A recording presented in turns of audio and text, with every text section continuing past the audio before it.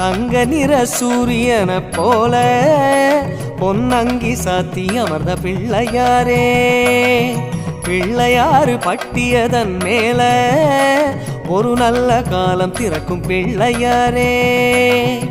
அம்பலத்தில் ஆடும் சிவனால சுப ஆவணியில் முளைச்ச பிள்ளையாரே, ஆடி போய் ஆவணி வந்தாலே ஐயா அலையலையாய் பக்தர் கூடுவாரே.